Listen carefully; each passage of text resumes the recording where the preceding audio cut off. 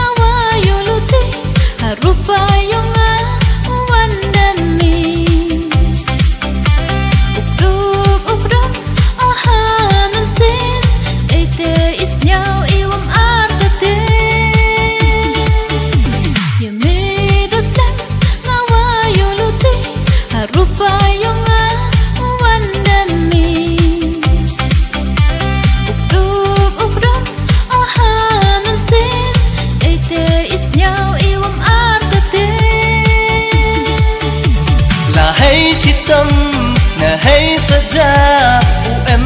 hajan yang pa Kawadarai namun sin Yutang ngawam kela Ngawaw chdo ya luti Yesu ya ucem iki